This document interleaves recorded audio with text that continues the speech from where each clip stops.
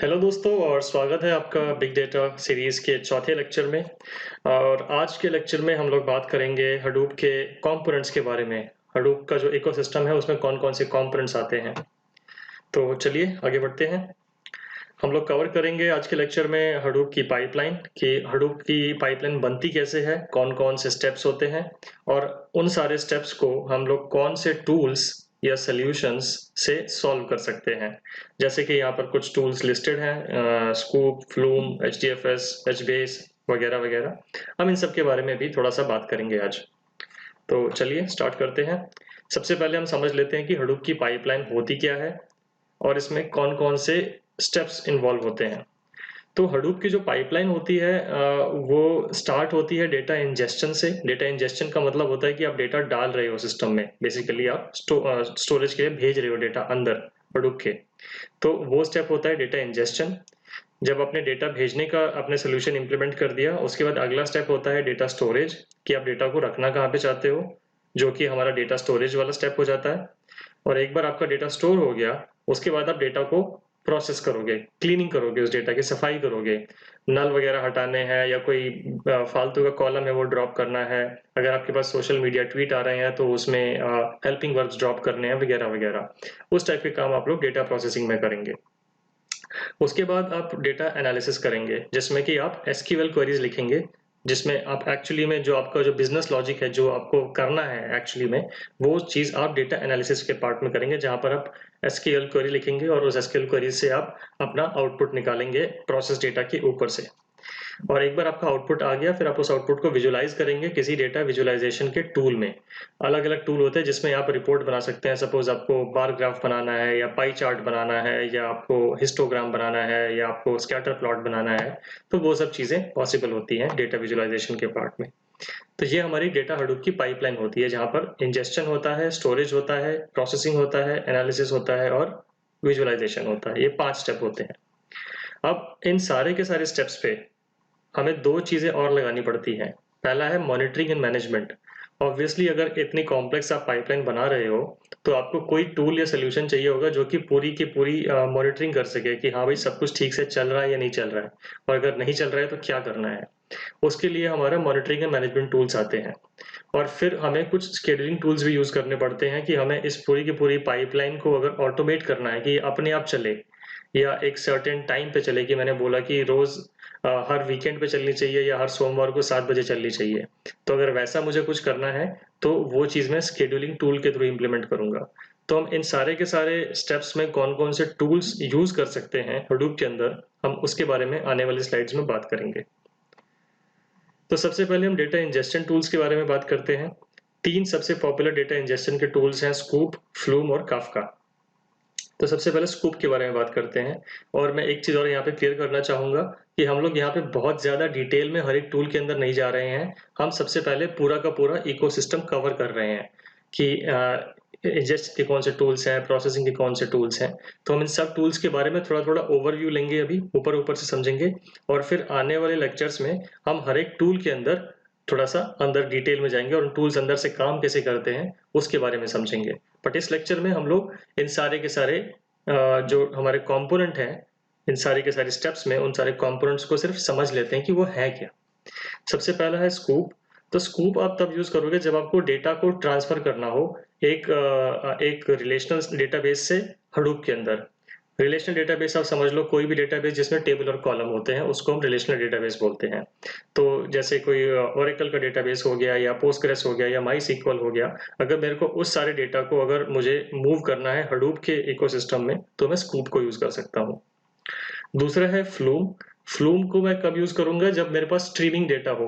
Remember हमने सबसे पहले लेक्चर में बात करी थी वॉल्यूम, वैरायटी और वेलोसिटी की, कि डेटा अगर रियल टाइम आ रहा है तो वो स्ट्रीमिंग डेटा होता है। तो अगर उस टाइप के डेटा को अगर मुझे हडूप में स्टोर करना है तो मैं फ्लूम को यूज कर सकता हूँ।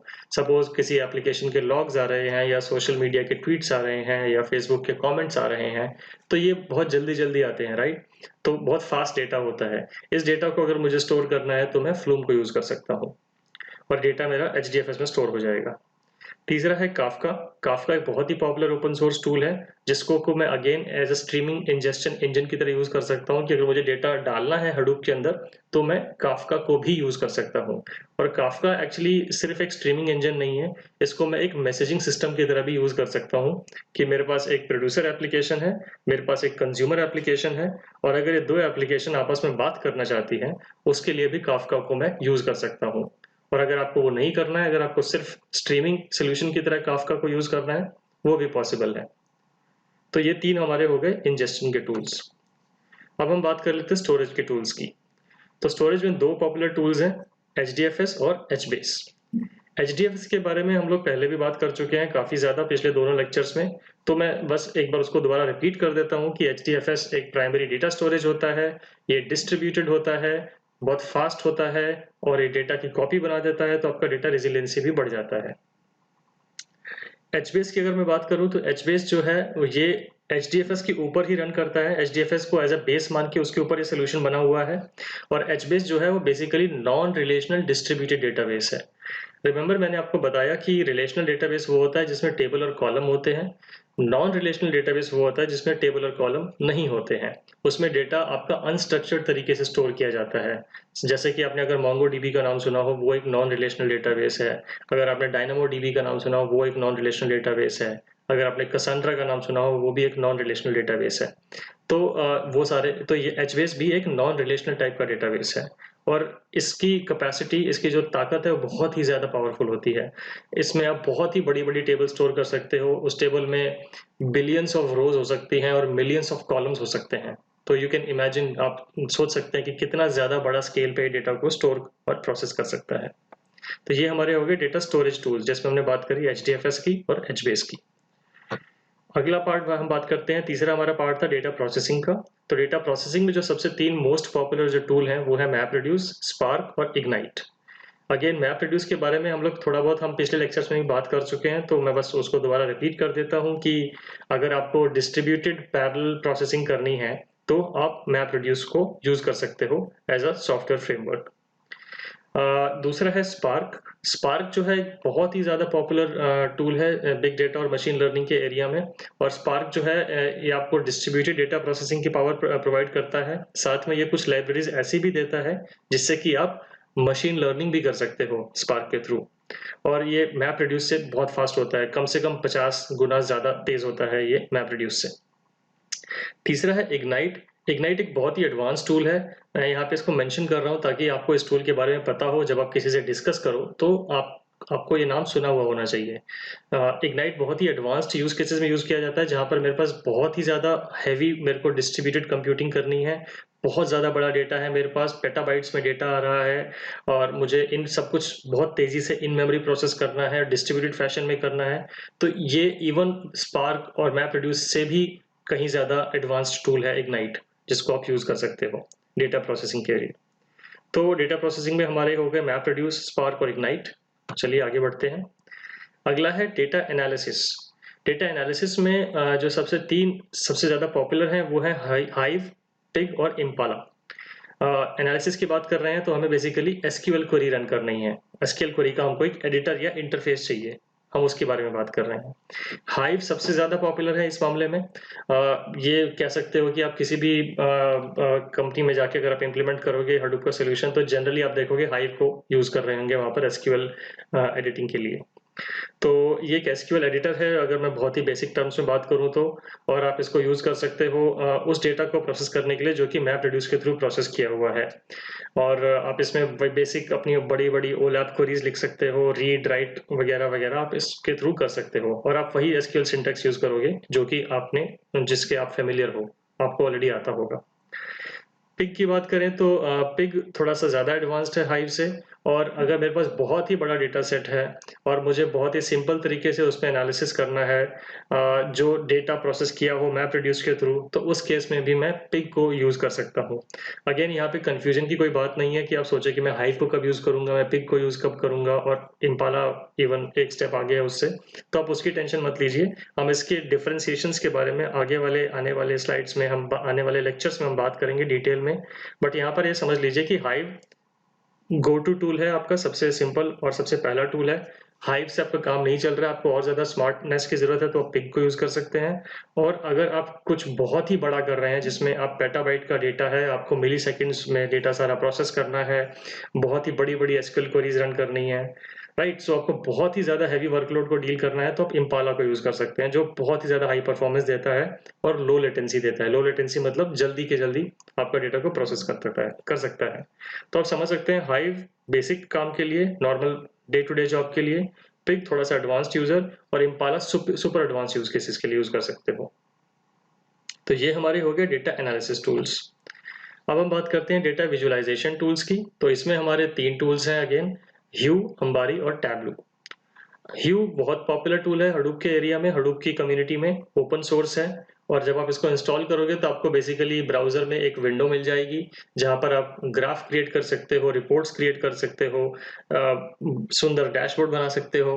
तो वो सब चीजें पॉसिबल है ह्यू के थ्रू। अंबारी की बात करें तो अंबारी जो है मेनली यूज होता है एडमिनिस्ट्रेशन के लिए, कि अगर मुझे पूरा का पूरा हडूप क्लस्टर मैनेज करना है और मुझे उसमें रिपोर्ट जनरेट करने की कितने यूजर आए, कितने यूजर गए, कितनी एसक्यूएल क्वेरी फायर हुई, राइट, कौन सी एसक्यूएल क्वेरी ने ज्यादा टाइम लिया, वगैरह वगैरह, अगर मुझे इस टाइप के एनालिसिस करने हैं तो मैं अंबारी को यूज कर सकता हूँ। और ये बहुत सारे एंटरप्राइज प्रोजेक्ट्स में इस काम के लिए यूज करा जाता है इसको। आखिरी टूल है विजुअलाइजेशन का टैबलू। टैबलू भी बहुत ही ज्यादा पॉपुलर टूल है, बहुत सारी कंपनीज में आपको ये रिपोर्टिंग टूल दिखेगा यूज होता हुआ। और जैसा कि मैंने बोला कि ये विजुअलाइजेशन एंड रिपोर्टिंग टूल है। तो अगर आपको सिंपल से लेके बहुत ही ज्यादा कॉम्प्लेक्स रिपोर्ट जनरेट करनी हो, बहुत ही बड़े बड़े डैशबोर्ड्स बनाने हो, तो वो सब पॉसिबल है टैबलू में करना। तो सारा का सारा विजुअलाइजेशन आप इसमें क्रिएट कर सकते हो। तो ये बात होगी डेटा विजुअलाइजेशन की, जिसमें हमने बात करी ह्यू, अंबारी और टैबलू की। अब जो ऊपर के जो 2 बार्स हैं, अगर अब मैं वापस जाऊं तो हमने ये सारे के सारे स्टेप कवर कर लिए हैं, इंजेक्शन, स्टोरेज, प्रोसेसिंग, एनालिसिस और विजुअलाइजेशन। अब हम इन दोनों को भी कवर कर लेते हैं कि मॉनिटरिंग के मैनेजमेंट के लिए क्या टूल्स अवेलेबल हैं और शेड्यूलिंग के लिए क्या टूल्स अवेलेबल हैं। तो चलिए मैं वापस जाता हूँ स्लाइड पे। हाँ जी, तो अब हम बात करते हैं शेड्यूलिंग की। तो शेड्यूलिंग में हमारे पास सबसे पॉपुलर जो है वो 2 टूल्स आते हैं, जो कि हैं ऊज़ी और एयरफ्लो। स्पेशली एयरफ्लो बहुत ही पॉपुलर है। तो पहले ऊज़ी के बारे में बात कर लेते हैं। ऊज़ी जो है ये एक शेड्यूलर है। बहुत ही बेसिक भाषा में बात करूँ तो शेड्यूलर है। इसका काम है जॉब्स को शेड्यूल करना। तो अगर आपके पास ऐसा सिनेरियो है जहाँ पर आपको एक जॉब शेड्यूल करनी है कि ये मेरा जो पूरा पाइपलाइन है, ये रोज सोमवार को शाम को 7 बजे अपने आप चल जाना चाहिए, तो आप उस तरह के जॉब्स को आप ऊज़ी में सेटअप कर सकते हो। दूसरा है airflow. Airflow basically orchestration system है। तो सपोज आपके पास, आप इसको अगर मैं बेसिक भाषा में समझाऊं, तो अगर आपने फ्लो चार्ट्स कभी पढ़े हो अपने क्लासेस में प्रीवियसली, तो एयरफ्लो बेसिकली एक फ्लो चार्ट क्रिएट कर देता है, जहां पर एक स्टार्ट होगा, एक एंड होगा और बहुत सारे स्टेप्स लिस्टेड होंगे। आप उसमें डिसीजन बॉक्स भी बना सकते हो, आप उसमें पैरेलल भी बना सकते हो, पैरेलल प्रोसेसिंग के स्टेप्स भी बना सकते हो। तो आप पूरा का पूरा अपना पाइपलाइन इसमें डिफाइन कर सकते हो कि सबसे पहले इंजेक्शन हो, इंजेक्शन का जो आउटपुट हो वो मेरा प्रोसेसिंग में जाए, प्रोसेसिंग का जो आउटपुट हो वो मेरा एनालिटिक्स में जाए, एनालिटिक्स का जो आउटपुट हो वो मेरा विजुअलाइजेशन में जाए, और अगर इनमें से कोई भी स्टेप अगर फेल हो गया तो मुझे क्या करना है। तो ये सारा का सारा लॉजिक आप एयरफ्लो में बिल्ड कर सकते हो। और साथ के साथ आपको एयरफ्लो बहुत ही सुंदर सा वेब इंटरफेस भी देता है, जहां पर आप ये सब कुछ देख सकते हो कि अभी मेरा कौन सा स्टेप चल रहा है, कौन सा स्टेप सक्सेसफुल हो गया है, कौन सा स्टेप फेल हो गया है। तो ये बहुत ही हेल्पफुल टूल है इस मामले में। तो आप पूरा का पूरा अपना वर्कफ्लो इसमें डिजाइन कर सकते हो। तो अगर मैं बहुत ही एक ब्रीफ तरीके से बात करूं, एक एक इमेज में आपको सब कुछ दिखाने की कोशिश करूं, तो ये एक हडूप इकोसिस्टम का जिस्ट है। ये भी एक समरी है बेसिकली। आप अगर नेट पे सर्च करेंगे तो आपको और भी नए-नए टूल्स इसमें ऐड होते हुए मिल जाएँगे। कोई हैरानी की बात नहीं है। लेकिन हमने उन टूल्स को कवर किया है जो सबसे ज़्यादा पॉपुलर हैं, और ऑब्वियसली और भी टूल्स इसमें आ सकते हैं। तो जैसे कि हमने मैनेजमेंट के बारे में बात करी, अंबारी की, ज़ूकीपर एक और टूल है जिसके थ्रू आप मैनेजमेंट कर सकते हो, एडमिनिस्ट्रेशन कर सकते हो। शेड्यूलिंग के लिए हमने बात करी ऊज़ी और एयरफ्लो के बारे में। डेटा प्रोसेसिंग के बारे में हमने बात करी, स्पार्क और इग्नाइट भी एक बहुत पॉपुलर टूल है जिसको हम यूज़ कर सकते हैं।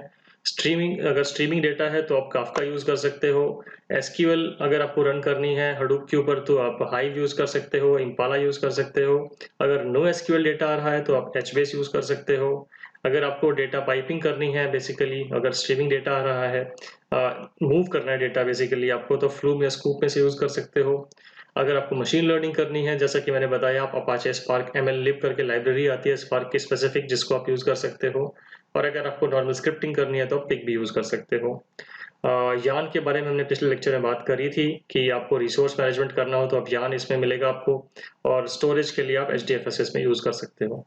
तो ये एक बहुत ही ब्रीफ में मैंने आपको सारे के सारे कंपोनेंट्स का ओवरव्यू दिया है इस लेक्चर में बेसिकली। और हमने कवर किया हडूप का पाइपलाइन, हमने बात करी अलग-अलग कंपोनेंट्स के बारे में, और वो कंपोनेंट्स कौन-कौन से स्टेप्स पे जाके फिट होते हैं बेसिकली। तो दोस्तों, आज के लेक्चर को हम यहीं पे रोकेंगे, और अगले आने वाले लेक्चर्स में हम इन सारे के सारे टूल्स के बारे में एक-एक करके डिटेल में जानेंगे। सो आज के लिए इतना ही, मिलेंगे अगले लेक्चर में। Thank you.